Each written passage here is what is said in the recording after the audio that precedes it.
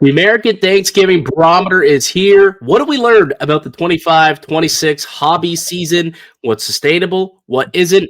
And some big controversy brewing in the sports card landscape. You're listening to the Hockey Card Haven podcast. Let's dive in.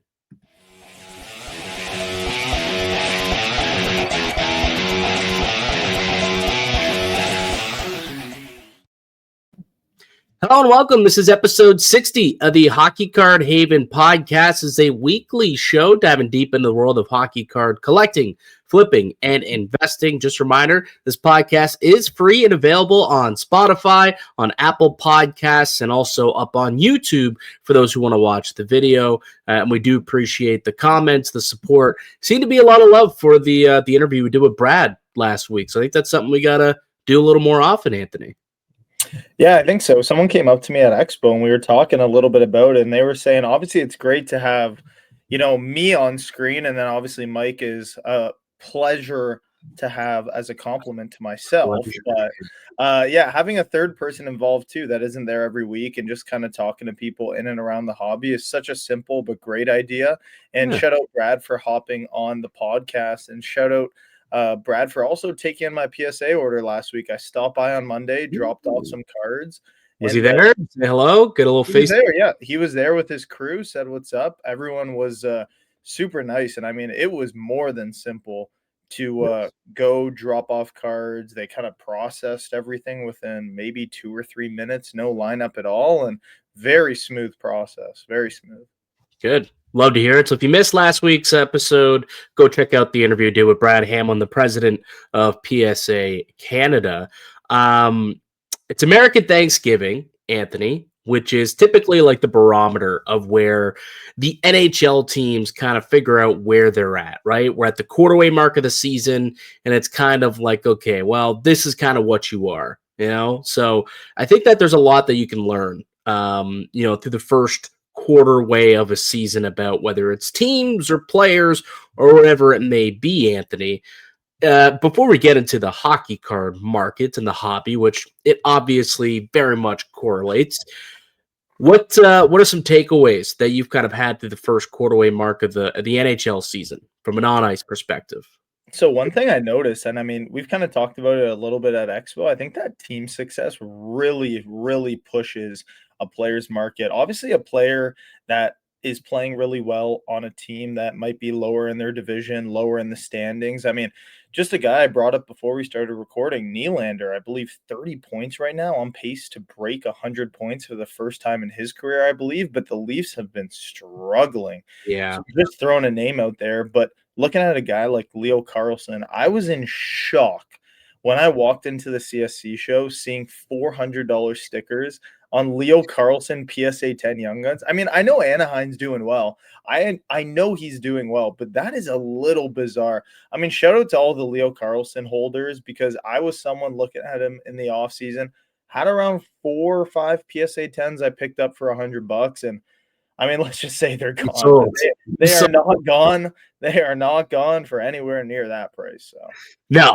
The holders definitely did well when it comes to Leo Carlsson, that's for sure. And that's really like my biggest hobby takeaway, I think, through the quarter mark of the season is we've seen a lot of like hobby breakout stars, a lot of these young kids who've really burst onto the scene through the first little bit of the season, and it's correlated into a strong hobby market for a lot of these guys. Leo Carlsson is obviously one of those guys at the top of the list, but sitting right next to him, Macklin Celebrini. I mean, the Celebrini show has been outstanding to watch.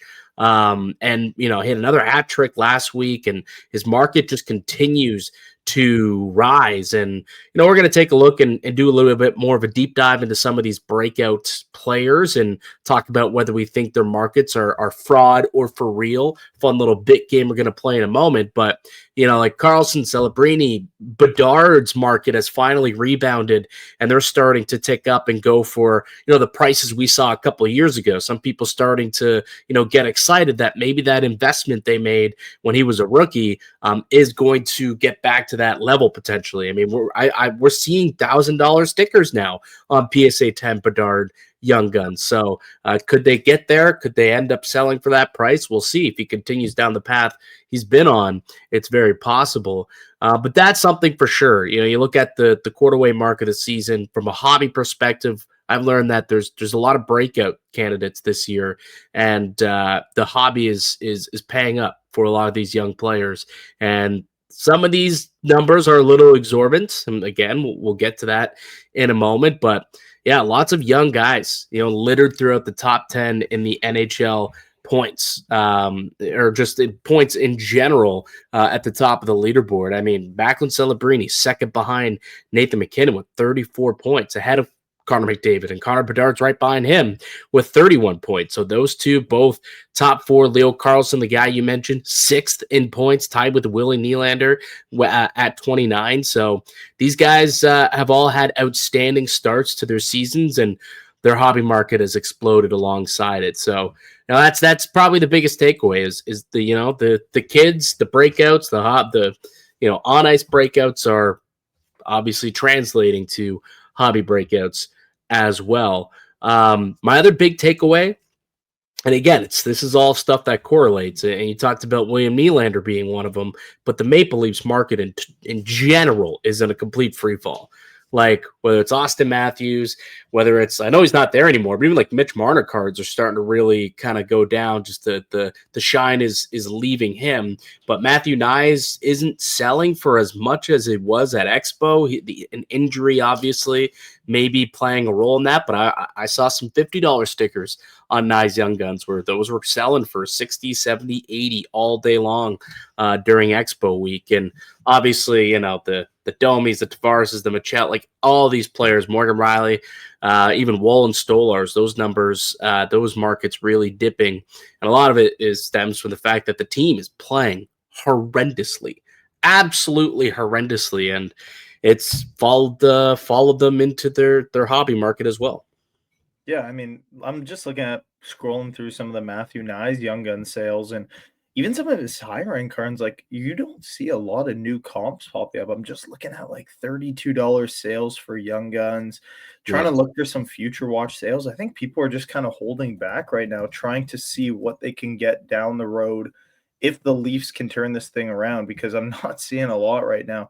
And like you said, he was a pretty hot commodity at the Toronto Sports Card Expo, even though the Leafs weren't performing as well. I mean, a couple months ago, we were anticipating his market to absolutely explode. And I mean, I know personally, I was hoping for William Nylander's market to just surpass and victory lap Mitch Marner's market, now that all the Marner collectors have either moved on to another player or even maybe continued to collect that now that he's moved on to Vegas. But the young guys, like you talked about, it's so impressive. And I think that's something that really reinforces the health of the hobby too. Like you talked about Gauthier, you talked about Bedard, who his market has been a sleeper, but it's been popping off the last 2 months. Celebrini, obviously, right in the limelight. His market has tripled. We're talking $100 for a Young Guns Raw, going to, I think, now $300.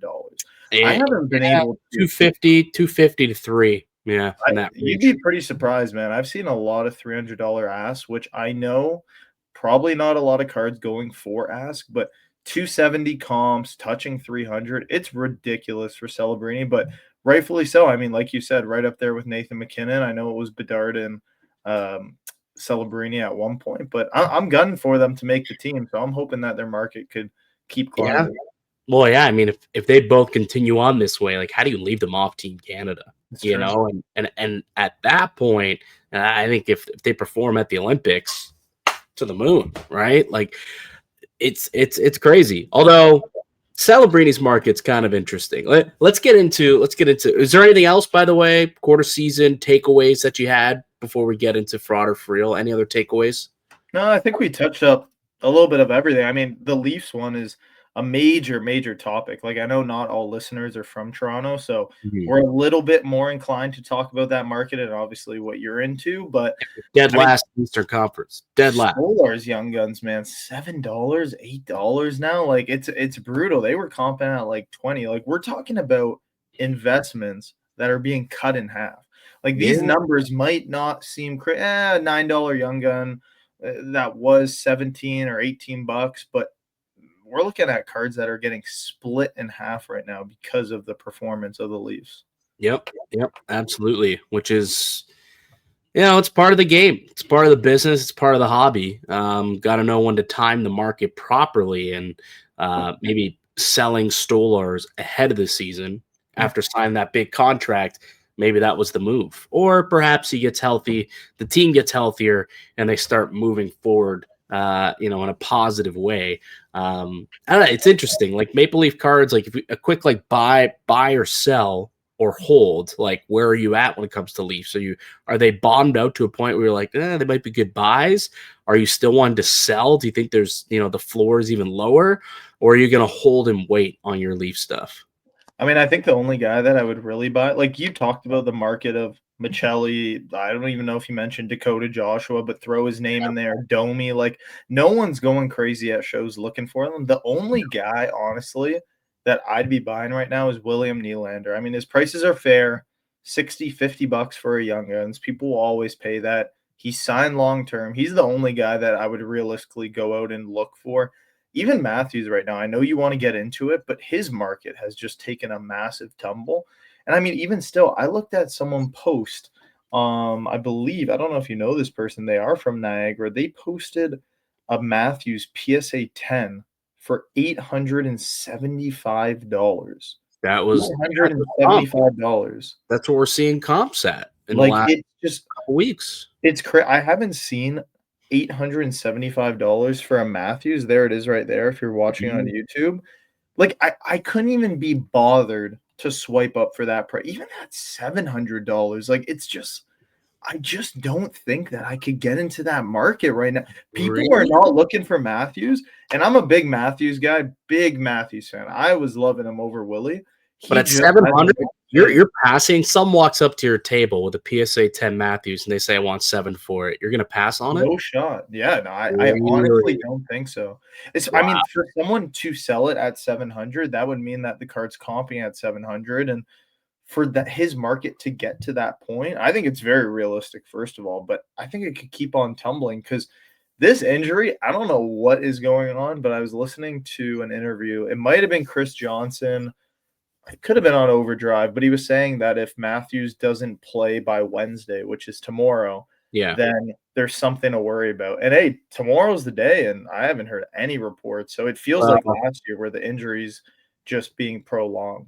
Well, this video is going to be out by then, and we'll know if he's going to play or not. But Tuesday, he was in a gray sweater at practice, which typically means that you're not going to play because you're a scratch. You weren't practicing up on the top line. So, I mean, there's a chance, I suppose. He's a game time decision, but unlikely to play on Wednesday. So if that is the case, then yeah, there's something to be worried about. And there was a recent comp, where you saw Matthews go for 900-ish in a PSA 10.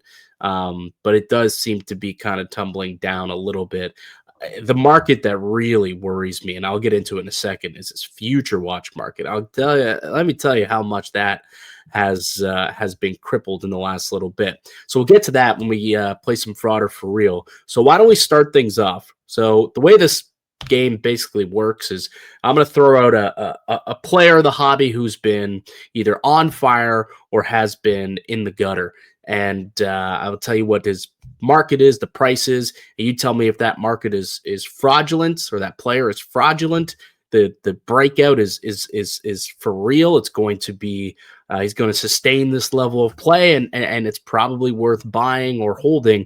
Or if you think it's fraudulent, and the market is high right now, and you think it's time to sell. So that's basically how this segment is going to go. This little bit segment. So let's start up at the top. But the hottest player in the hobby, in my opinion, this year, which is Macklin Celebrini.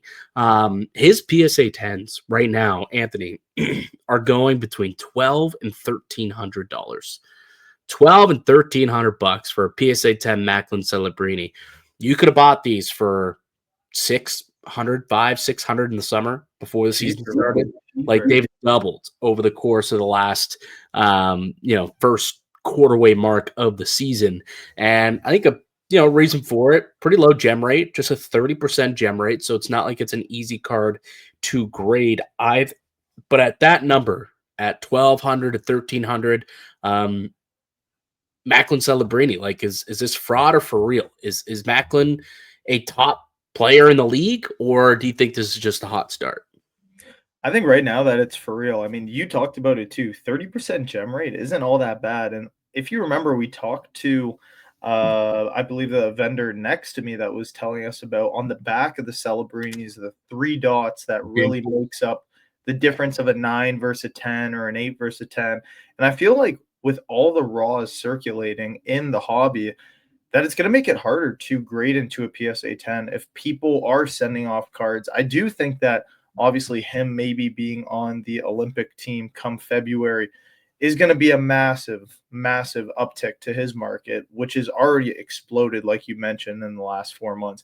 I'm going to call Macklin Celebrini for real because I would personally take a look at his market still. I want to wait for it to cool off a little bit, but I mean, $200, 220 for a raw Young Guns, I don't mind it. And I mean, even some of his higher end stuff as well, $2,000 for a future watch. I mean, compared to some of the other players that are going for that price, and San Jose Sharks to go look at his personal team, aside from the Team Canada Olympic team, is already, progressing. We've seen Askarov play better. I think his connection with Will Smith is going to get a lot better. And hopefully, I mean, next year, Celebrini's market is even going to continue to increase. Yeah, it's interesting for me. I look at it like I think he's for real as a player. I think the market is a bit fraudulent. Like 12 to 1,300 for PSA 10, like Young Guns. I mean, think about the company that he'd be in at that price, right? Like you're talking literally McDavid, you're talking Ovechkin, Crosby, they're all over that price. McKinnon, I don't even think McKinnon's selling for that much right now, and he's at the top of No. the market. And quite frankly, a better player. He has championships, he has pedigree. So if Nathan McKinnon's market can't quite get into that range of, up over 12, 1,300. So McKinnon, last sale, $1,200, 1,250, 1,260. There's a sale a couple days ago, 964, 12, 11. So we'll say it's about, $1,100, $1,200. Like that's less than Macklin Celebrini, which I can't fathom. I can't fathom that. So I think, Macklin's for real. Is he a top 10 player in the league? He potentially could end up the season in that conversation. But as long as the market looks at a guy like Nathan McKinnon and says, hey, he's about an $1,100, PSA 10 Young Guns, we'll say 11, 12. I can't say that Macklin long term will eclipse McKinnon's market. And if he's already established in the NHL into his 30s and it's about a $1,200 card, like that's kind of what it is. And this is with him playing at an MVP level. It's tough for me to stomach paying up 13 on a Macklin Celebrini PSA 10 Young Guns. You know what I mean? Well, it kind of reminds me of the conversation where you look at, I'm just pulling up Lane Hudson, Yeah, it was like Young last Gun year, the prices. Hudson versus Makar. You look at Hudson versus Makar, and Makar was going for around $700 in a PSA 10, while Lane Hudson was going for around what 1,000, 11, and climbing a little bit. The first Now one. it started, yeah. Now it started to regress, and he's dropped to around $550, which is, I believe it's starting to get pretty fair for his market. He's just under Makar. Makar is going for around 7. And that's how the market reacts. Like you mentioned, you're going to look at Macklin Celebrini compared to Nathan McKinnon and say, well, I'd much rather have McKinnon for $900 than pay 12 or 1,300 for Celebrini. I mean, like you said, with all the accolades and the performance and the sustainability of his career, you'd much rather get McKinnon. So I feel like that's always going to be a factor. Yeah. So for me, little over. It's weird because I think he's not necessarily like overhyped as a player.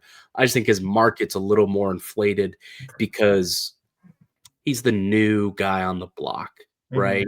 Mhm. And hype drives the hobby, and there's so much hype for this guy right now because he is only 20 years old. He's only 3 points back to McKinnon, but I think he's got quite a long ways to go for me to establish him as one of the top 3 to 5 players in the league, like McKinnon has been over the last 5, 6, 7 years. So a little bit more I need to see from Yeah, Macklin Celebrini before I look at that $1,300 PSA 10 Young Guns and say, yep, take my money.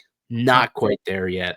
I would do that though. Like even right now, McKinnon at 11, like I'd pay that price for a PSA 10 McKinnon though. I think that's a real market. How about this before you move on? I was just looking at a couple comps. 1-for-1 swap, Celebrini for McKinnon. Who wins Yeah. that trade?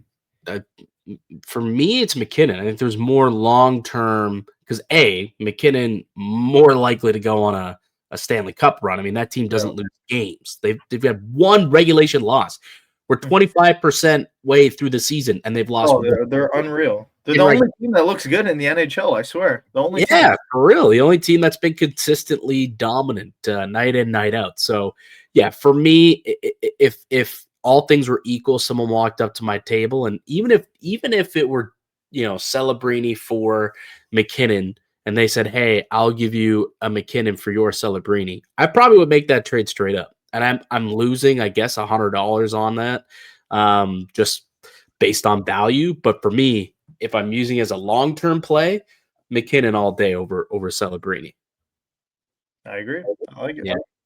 All right, Cutter Gauthier is someone else who I want to take a peek at. And Cutter Gauthier's had a pretty solid season. And he was someone that no one was really talking about at the beginning of the year as like a potential breakout candidate. Obviously, long history of he wanted out of Philly, didn't want to sign there, and basically asked for a trade like a year after being drafted, didn't play a single game, went to Anaheim, didn't have a good rookie season, but this year he's playing very, very well. He's got 13 goals, 26 points in 22 games, and we've seen his market explode here, Anthony. Cutter Gauthier, PSA 10s going for roughly $300 Canadian. Is that a fraudulent or for real market on Cutter Gauthier right now? This is huge fraudulent. I wouldn't touch his market with a 10-foot pole right now. I mean, I know he's playing well, and kudos to him. I was expecting it as well. I mean, I didn't expect such a crazy increase in price for Cutter Gauthier, but after all that talk that he did last year trying to get out of Philadelphia and obviously getting a chance this year, known as a goal scorer, he's showing up as a goal scorer. He just scored a very nice goal in overtime to seal the deal against Vegas last week after a brutal turnover by Mitch Marner. But I want to talk about another player similar that I would rather invest in, kind of in a similar situation, just to put in perspective. Matt Boldy going for around $130 in a PSA 10 compared to $300 for Cutter Gauthier. I mean, why not transition to, like you said, someone that could go out and win a Stanley Cup? I mean, Minnie's just looked unreal the last 2 weeks. That goaltending tandem is crazy. So why go look at Cutter Gauthier, get in at the peak of the mountain, which I can almost say that $300 in a PSA 10 is the peak of the mountain, and transition to picking up maybe a couple Matt Boldy PSA 10s where they could go on a long playoff run, and he could be a player that puts up similar numbers to Gauthier, maybe a little bit more under the radar. So for me, I'm calling this total fraud. So I am not in on Gauthier at all at that price. I'm with you. I think a big part of maybe why we're seeing the prices quite high is it's a low pop, right? Like this is a card that came out last year. He's from 24-25, so same year as Lane Hudson. But Cutter Gauthier, just 280 PSA 10. So it's a low pop. So if there's 281 people who want this card, that's going to generate obviously a much higher price, and supply and demand kind of drives the hobby. So I think that could be a reason for why the price is so high. It's a low gem rate too, just 28% gem rate on Cutter Gauthier Young Guns per card ladder. But $300 is too much. And as people start, because again, didn't have a good season last year. So who was really out there during the summer putting Cutter Gauthier, like sending off Cutter Gauthier Young Guns for grading? Not a whole lot, right? Not many people. Now, you'll have a lot more people sending out their Cutter Gauthiers for grades. I was picking this guy up for $5 raw in the summer. $5. I'm not sending $5 Young Guns out to PSA for grading. No way. But if they're now a $300 PSA 10, now that makes a little bit more sense. So I think that population will start to grow, and that's going to probably kill the market quite a bit. And keep in mind, there was a sale. I'm looking at it right now, September 20th, just ahead of the season. Cutter Gauthier PSA 10, $140, right? $140. It's ballooned up to 300, which is about the market it's going for now. So I don't think I think he can keep it up. Again, it's similar to Celebrini, where it's like, yeah, I think he's a good player, but I don't know if he's in that territory for me. Like that's William Nylander territory. That's where his cards are going for in a PSA 10, or a Mitch Marner PSA 10 Young Guns. He's not there for me. So yeah, I think it's a fraudulent market for sure, and I'd be selling Cutter Gauthier's left, right, and center. All right. Leo Carlson, PSA 10s. You say you're seeing him sticker at 400, sales ranging in the 340-ish range. That's where Card Ladder has the average sale at. So 340 on Leo Carlson PSA 10s. Fraudulent, for real? What do you think of Carlson's market? This is the tough one for me too. I feel like it's a similar conversation with Gauthier, where maybe you could look at some other centers that are playing bigger roles in a bigger market. Maybe like a guy that I was looking at was Wyatt Johnson, $200 in a PSA 10 center for the second line center, playing a bigger role in a market that could go win a Stanley Cup.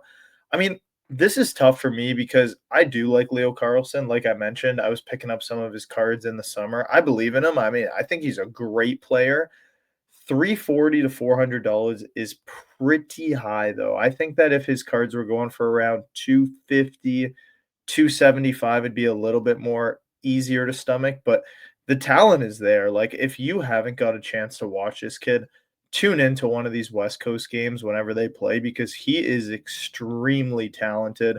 His market, though, a little bit overpriced right now. At the moment, I'm going to stay away, but this is someone that I would rather focus on later down the road and kind of just put a tack in it rather than Gauthier. I'm going to let Gauthier's market do his thing. I know he's having his moment right now. Even down the road, I might kind of stay away, but Leo Carlson could be a franchise-changing center for the Anaheim Ducks. So I'm going to keep my eye on him down the road, but right now I'm just going to call him a fraudulent market. This is the one like that I think might be real. I think this might be a real market. Like I think Leo Carlson can definitely be a player that can hold that $300 to $400 value. I think it could totally be it, because I think it's a good team. It's a good young team. They're number one in the division. They've taken that next step. There's some good players that are starting to develop. They've got a great coach now in Joel Quenneville, and this kid's really starting to break out, man. And he could score, he could defend. He's a 200-foot player, and I believe in Leo Carlson as a player, and I think that he's in that range as a franchise player for a team that's on the up and up. I think that this is a real market, but the other one's maybe a bit high, but I think that Leo Carlson at 340, considering he's sixth right now in league scoring. Yeah, I think this is for real. I think Leo Carlson's it's interesting. If I buy, sell, hold, for me, I think he's because I think his market's perfect right now. Like, I think it's perfect right now. I don't make a decision. Yeah.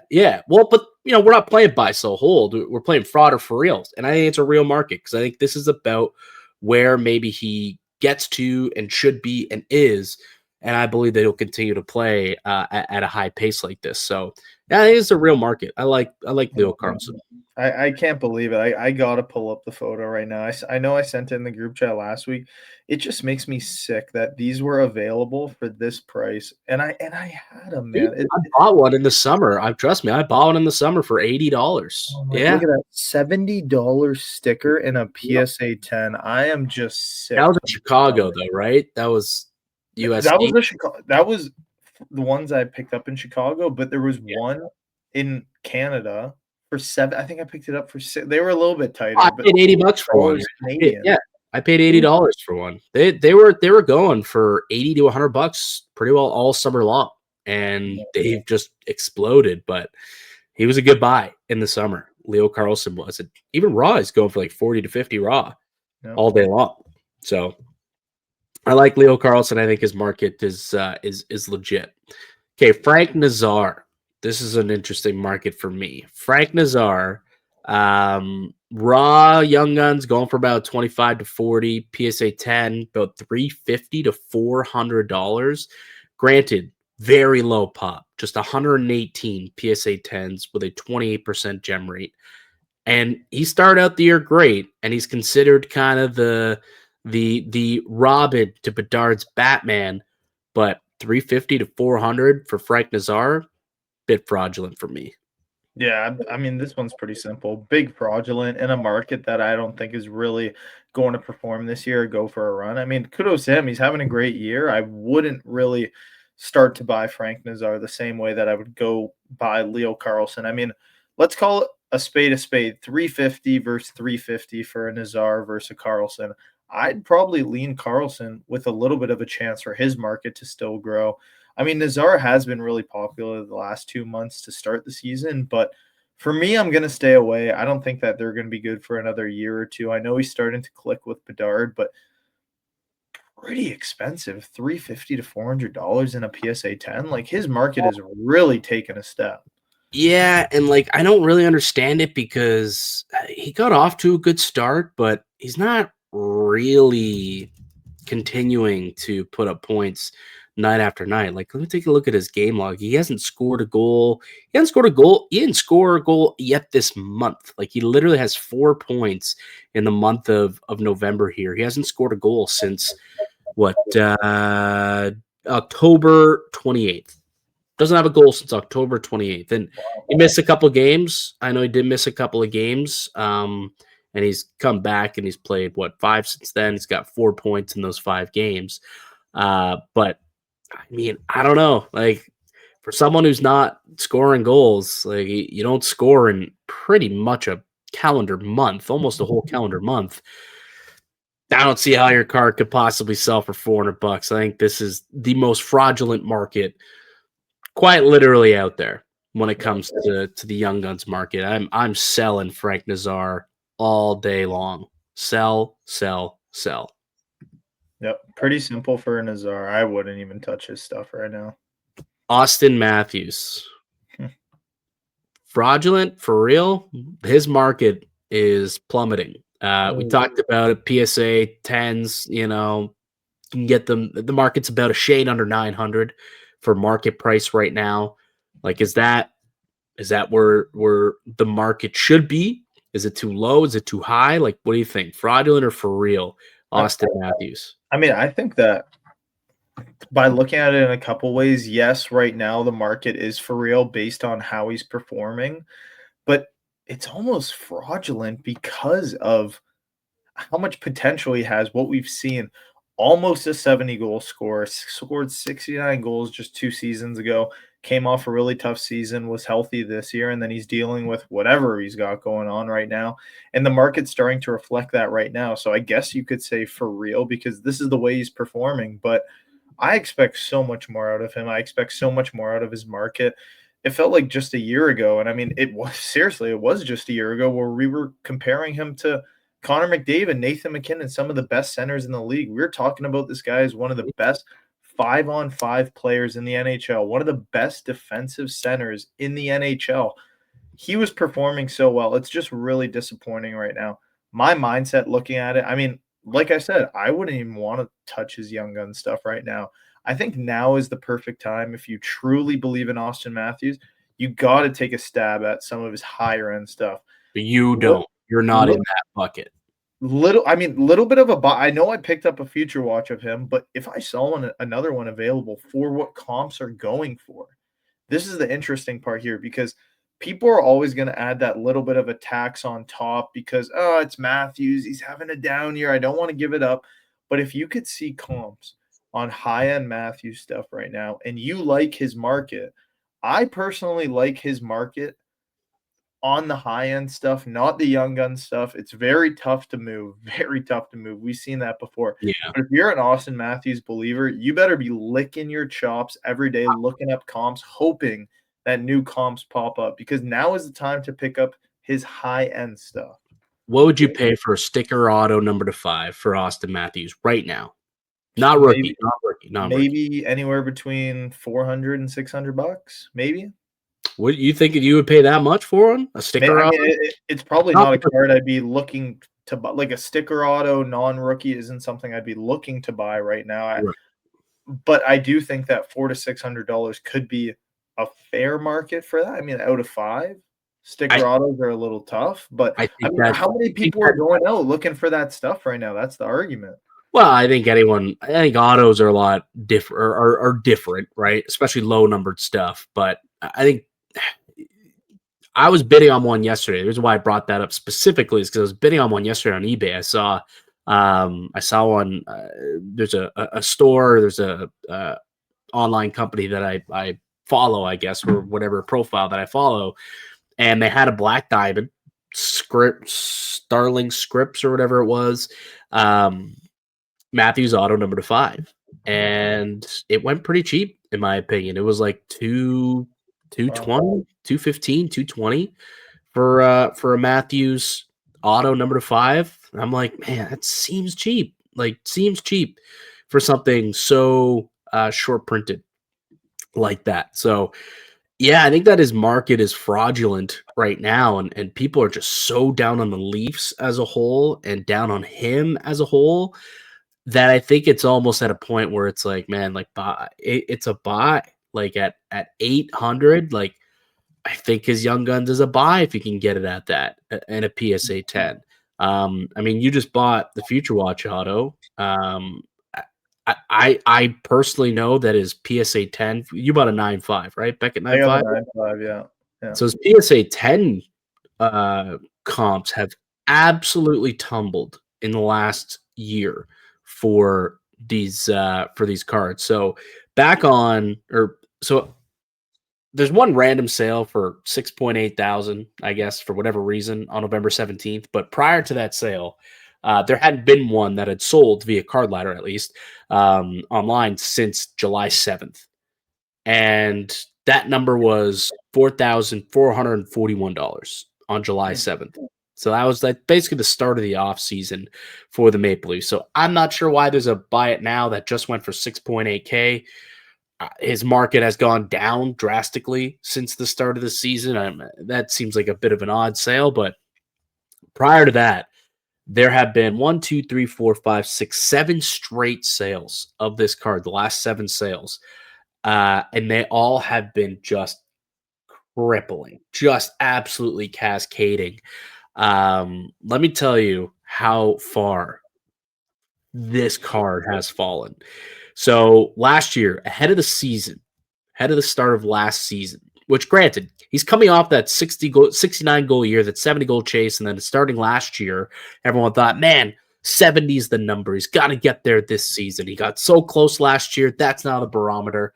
People are absolutely stoked for Austin Matthews, thinks he's one of the best players in the league, yada, yada, yada. There's a sale on September 29th, which is in the middle of the preseason, right before the season starts, for $8,290. So $8,200.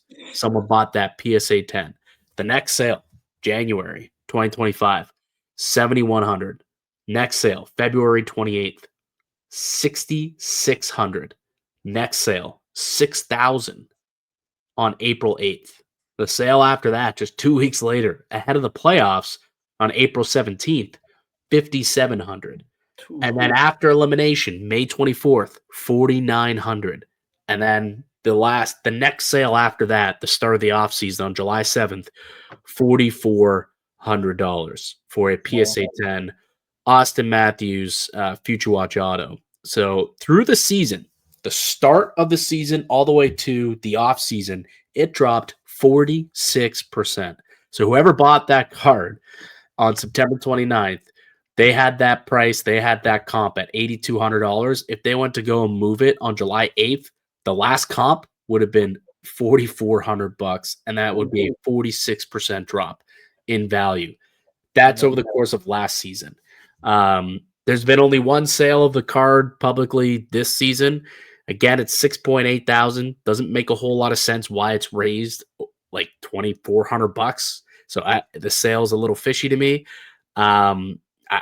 I don't know if you want to announce what you paid for yours, but was it in that range? Like Well, I guess it'd be far below 4,400 because that's a PSA 10. I'd imagine 9.5 would have been far below that, but it's crazy what how big of a free fall that market specifically took.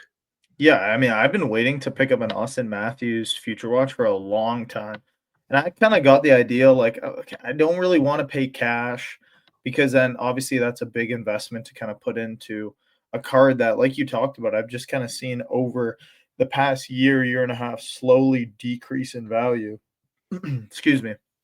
But the deal that I was able to do where I was able to trade Austin Matthews Young Guns into the Future Watch. So it was multiple graded Austin Matthews Young Guns. So the deal we kind of worked out was, and the way that I viewed it was, all right, maybe it'd be easier to grab something more short printed of Matthews, like his Future Watch, something more desirable you don't see all the time. That, Mhm. it's kind of a grail card for me in a sense where the Young Guns, no matter what grade, kind of you see them at shows all the time, but a Future Watch you don't. And if there was a player I wanted to put more money to, it would be Matthews. So right now, this is a card that I was probably thinking to hold long term. I mean, not like 5, 10 years down the road, but at least over 2 to 3 years, and at least until his contract's done with the Leafs, because I want to see what he could do and how he could bounce back. I do think that maybe, 4,000 for a PSA 10 Matthews Future Watch is where someone's nose starts to perk up if you are a high end investor, because I mean, it's starting to get really, really, or it's starting to feel like rock bottom for Austin Matthews collectors and what his market has done in the last year and a half. It's ridiculous. Yeah, it's just there's a lot of people starting to wonder if his health can hold up for him to be that MVP 70 goal guy ever again. And if he can't be that, the Leafs are in big trouble. And if there's Oh no yeah, success, there's no player success, maybe this isn't the bottom and it could go a little further. I don't know. It's interesting. Like he's a player specific where it's I agree with you. I think now it's bottomed out to a point where like since the start of the league year, his PSA 10 price is down 20% since the start of the league year. There's only been 27 online sales of his PSA 10, by the way, over the last 70 days. That's not a lot when you consider, a couple of years ago, every day you had PSA 10 selling every day. So yeah. the desirability of this card, even as it's lower than it's ever been, is still people are still a little, wary on it. So yeah, it's very interesting, the Matthews market. I do think that it's a little fraudulent right now. I do expect a bit of a rebound. When he gets better, the team has to be playing better once they get healthy. And I think that it'll tick up. Do I think we'll see prices get back to I remember it got up to like $1,700 when he Oh was yeah, on for goal sure. chase. Yeah, that 70 goal chase. It got stupid. I don't think it'll get there, but could I see it rebound back into the 1,000 range? Yeah, I think so. So if you see one, sub 900, could be worth picking up just as a speculation, because if they do get it going, if they figure it out, Matthews can stay healthy. We know, the ceiling of that card is very high at the very least. So I think yeah, Matthews market is something that I will always be kind of interested in keeping an eye on. All right, that was fun. It was good, fun stuff. I like it. Anything you want to get into today, Anth? I mean, I think I liked obviously the conversation focusing on some of the younger guys and what their markets have started to do. I mean, it's good to see in the hobby, like I talked about for Leo Carlson, Macklin Celebrini, and even Bedard's market starting to, you know, start to get some recognition finally for better performance. I mean, shout out my boy Jason Robertson, one of the guys I was calling since the offseason, one of the best goal scorers in the NHL right now. Stud for my fantasy team, and his market's starting to see a little bit of an increase, 140, 150 Young Guns PSA 10. So super fired up about that. Yeah, he was someone who like beginning of the year, like walk around, snipe him for $100, and now it's starting to creep up a little bit, which rightfully so. He was very undervalued at the start of the season. And there's still, guys who are continually undervalued. You know what I was kind of absolutely blown away by? What do you think? So are you aware of who the NHL goal leader is right now? It's just two, the co-leaders. Oh, Geeky? Is it Geeky? This is what I want to ask you, actually. They're Didn't going you for. buy at the expo a Geeky Future Watch inscribed? Is that right or no? No, no. No? Okay, because I was gonna say, I No. saw the other day a comp popped up for $220. Maybe it was Brandon. Someone picked up a Geeky Future Watch. I Someone don't. picked up a Geeky Future Watch. Yeah, I don't think Brandon did. I don't recall. I did pick up a few future watches, I like would some check because low end. I vaguely remember someone coming to our table and being like, "Oh, I picked up a Could have Geeky." been Eric. Eric bought those massive lots of Young Guns, and it could have been in that Could have thing been there. Eric. But yeah, I don't recall buying a Geeky. I had a Steven Lorentz inscribed Future Watch auto, which I sold the next day. But anyways, more than Geeky, yeah. Co-leading with Nathan McKinnon, 17 goals on the season. You can get his Young Guns for like $10. Like, what are we doing here? Like, what? Why are people spending just an insane amount of money? This PSA 10, there's one sale recently for $150. Prior to that, there's a sale at $80 for his PSA 10 Young Guns, and before this, no, that was Connor Geeky actually. Hold on. Yeah, so November 20th, a week ago, $80. There was a sale for $80 on his PSA 10 Young Guns. Like, what are we doing as a society where this guy who has 17 goals on the season, and this is coming after a 30-plus goal last season with Boston. He broke out last year, didn't see much hobby love. He's continuing that this year. And now PSA 10s, okay, there's a more recent sale of 150, but a week ago, like there's a sale at $80 for his card. Like, what are we doing spending $400 on Cutter Gauthier and Frank Nazar Young Guns if you can get Morgan Geeky at $80 in a PSA 10? What are we doing here, Anthony? It's true. I don't know. I mean, could be a guy to look at too, especially, I mean, 3 weeks ago, I was looking at him at the top of the leaderboard and thinking, all right, it's bound to wear off. And now it's almost the end of November. We're at American Thanksgiving, basically. And there he is right there with McKinnon. So I don't know if he could score 35, 40 goals, maybe break 40. I mean, he's starting to look like the go-to guy there in Boston. That's with Pasternak on the team, which is ridiculous. Yeah, I mean, they need someone else to go with Pasternak. It can't just be him, right? Looks like Geeky might be the guy. I'm pretty sure it's a pretty low pop too. Let me check Geeky's pop. Pop 60. So there's only 60 PSA 10s out there. Anyway. I don't know a lot of people grading Geeky, so I mean, it's a total pop with PSA, BGS, SGC, CGC. So total pop, 131 total graded cards of his Young Gun. So it's not a lot of love there for Geeky, but again, a guy who just scoring at will, and there's no market for him. It's hilarious. Yet people are willing to go out there and throw $300 at a Cutter Gauthier PSA 10, and for what, a fourth of the price, you could get a Geeky who's scoring more than Cutter Gauthier. But anyway, yeah, crazy stuff. Really quickly, I wanted to get into this shill bidding scandal by Snypes. Have you been keeping track of what's going on with this thing here, Anthony? This Snypes controversy? I haven't. So, you're familiar with Probstein Auctions, correct? Yeah. So basically, Probstein Auctions announced a couple months ago that they were going to be leaving eBay and starting their own competitor, essentially called Snypes, and it got messy when they opened up. And here's a little Twitter thing, pretty much about it, and I'll read this through, and we could talk about it in a second. But basically, Sports Card News reporting this.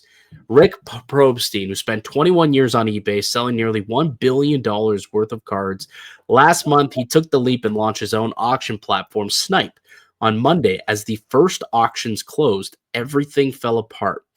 Quote, "We're experiencing a system-wide technical issue due to high volume," the official statement read. But that wasn't the real story. A Pokemon forum user discovered something far worse. Snypes' entire backend database was exposed to the open web, no authentication required, so anyone with basic technical knowledge could access full bidder and consigner information, names, emails, addresses, birth dates, and payment information, and complete bid histories. All of it just sitting there. But the security breach wasn't even the worst part. The exposed data revealed something damning. Multiple accounts shared addresses linked to Probstein, his wife, and known scammer Kevin Burge. One account placed 11,277 bids. The username, Honey Bunny. The email address, Rick Probstein's. In total, 1,331 auctions were allegedly impacted. Total bids placed across them, 29,000, totaling $1.28 million in bids. 96 auction, quote, wins are attributed to those flagged accounts. Every suspicious account was verified as a super bidder, a status requiring eBay feedback and industry references, but the eBay usernames provided, they don't exist. The industry references appear fabricated. Yeah, the hobby is in the middle of a shill bidding crisis, and yeah. Now, Rick Probstein appears to have launched a platform specifically designed to facilitate shill bidding, leaving the customer data completely exposed. So essentially, it absolutely blew up in his face. What do you make of that story there, Anthony? Oh, sounds pretty crazy. I mean, first time I've heard of that. I saw a couple things like throughout Instagram, but never really read into it. It's been a pretty crazy week, but I mean, obviously alleged, but if true, that is just ridiculous for um one of the biggest auction houses. I mean, in the hobby, probably one of the top 3. I think it's the biggest actually. That's Well, I think they've crazy. done over literally billions of dollars in sales on eBay over the course Wow. of the last 20 years. Rick Probstein's a very well-known person in the hobby. Had a great reputation for being one of the best auctioneers and having one of the. I mean, it's very similar to what Slab Sharks does, right? Not the shill bidding part, but he's a consignment company essentially. It's not he's an auctioneer; he's a consignment company who consigns cards, and he's got a big platform. A lot of people go watch and try and pick up cards because they know that he has a massive group of listings every single week. And I wonder, I can't imagine that his reputation will be able to survive this if these alleged allegations, which seem pretty legitimate, turn out to be true. And this has major lawsuit written all over it Oh, for realistically. sure. And I don't know if it is, apparently he was going to try and go back to eBay, but I don't know how many people will want to really be in business with Probstein if this is all true. Oh, for sure. That is crazy. Yeah, well, it does kind of make you wonder, how I don't know auctions, are auctions, does it concern you at all about auctions in general, like online auctions, whether it's on eBay or it's on Alt or whatever auction site you're using, Facebook, there's a lot of Facebook groups now that do auction groups.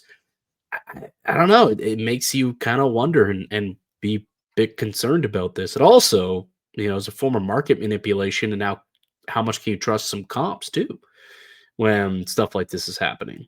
Well, I feel like that's kind of talking about the conversation we had last week with Card Ladder, and I know we were going to set up a interview with Mhm. one of the higher ups with Card Ladder. So looking forward to that, and we're gonna probably get into that conversation too, right? Because they have a little bit of an anti, fake comps where they don't really show comps that went unpaid for, and that's Mhm. something for like me where I go on eBay and I see a comp and all right, looks good to me, but then maybe I'll send it to you or Brandon, and you're like, well, that didn't get paid for. So when you're looking at auctions too, we're talking about things that don't get paid for. We're talking about shill bidding.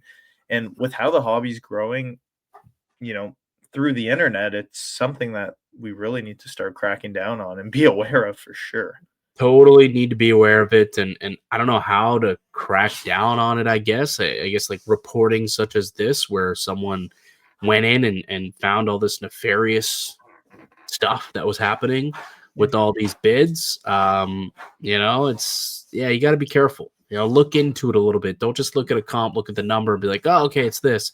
If something seems a little fishy, like the comp is high for whatever reason, higher than, you know, what it should be going for, what other cards are going for, you know, take a peek, click at it. How many bids are there? Who was bidding? Who won the final bid?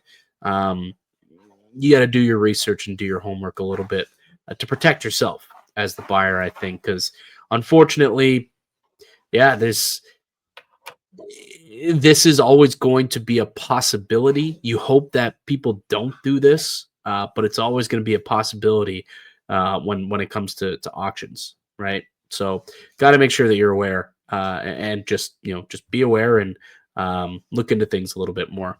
Yep. Last thing before we get to pickups, have you seen what the big chase is? So the cup is coming out December 3rd, a couple weeks from now. Did you see what one of the big chases are yet, Anthony? Have you seen this circulating online? Oh, baby. Are you ready to see this? Yeah. How excited would you be to put this bad boy in your collection? Look at this thing. Yeah. Jesus. That is crazy. Is that an oil drop? That's the oil drop. That is crazy. Yeah. So that's an oil drop patch. Hold on. Let me figure this out here. There we go. It's an oil drop patch auto. 1 of 1 from it's an exquisite card. Exquisite patch auto. 1 of 1. Clean autograph at that. 1 of 1 with the oil drop. This will be a very highly sought after card, a very expensive card. I haven't seen a bounty come out yet, but I would expect for there to be a very high bounty on this. Would you not?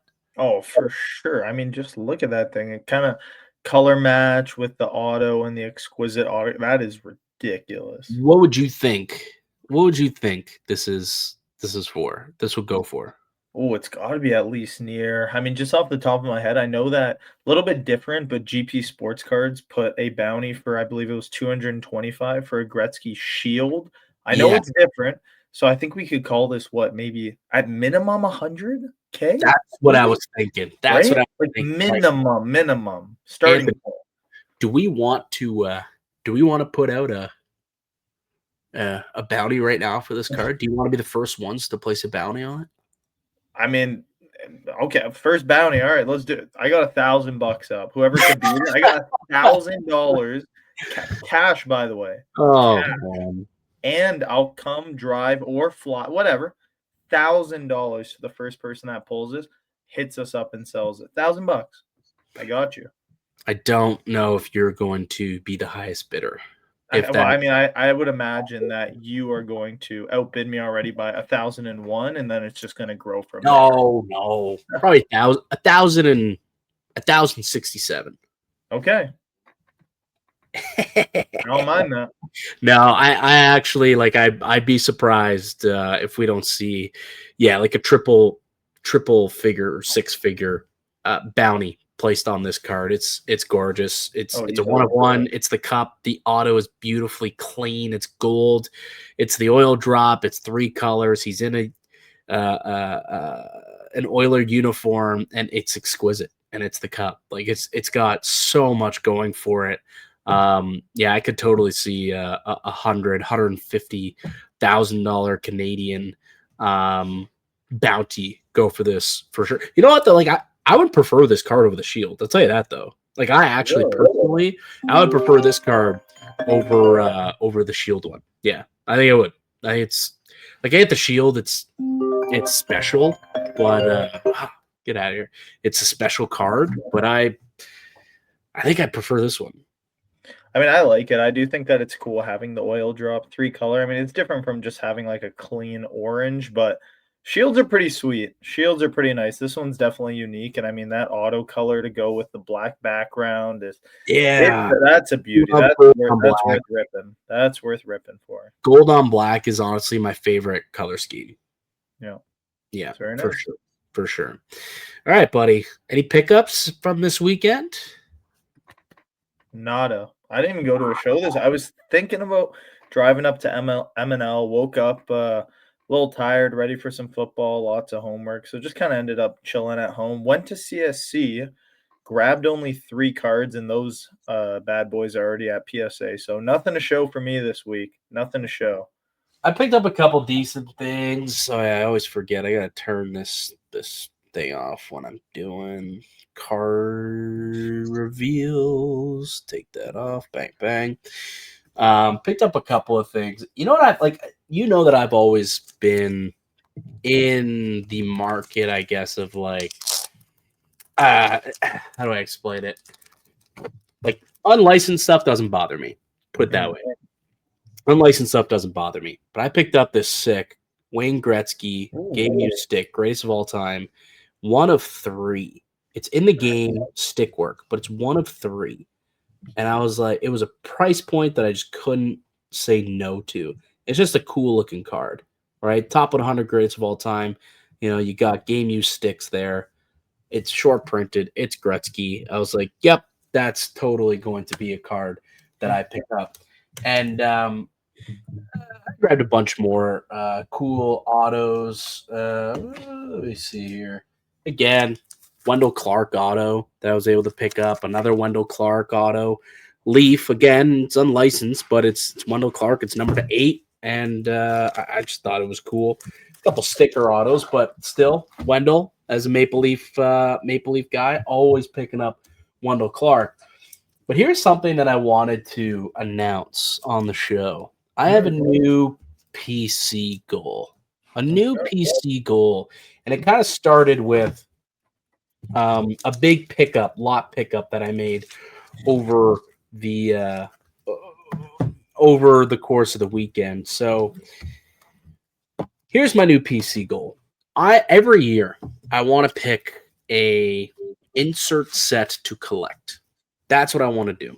1 set each year to collect, just like a specific insert set. Because I think that, I don't know, the market is just becoming all about money. And I feel like there needs to be more of a collector's base moving forward. I listened to the Gong Show. They did a great interview with the president of Upper Deck over the weekend. And even he said, like, it's getting to a point where everything's becoming money driven and the collector base is starting to shrink. And I thought about that and I said, you know what? It's true. I want to be a bit more of a collector. Don't get me wrong. I still love to buy, sell, trade, but I want to start collecting at least 1 set each year. I already collect the Young Gun set every year, but something additional to that. So I found this lot of cards, which I thought were pretty sick. You know those smooth grooves cards? Oh, yeah. Extended.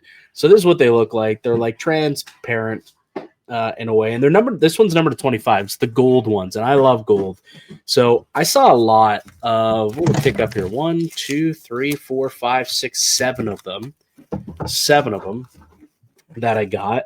And pretty good players too in this big lot. And I was like, you know what? I'm going to start a new thing.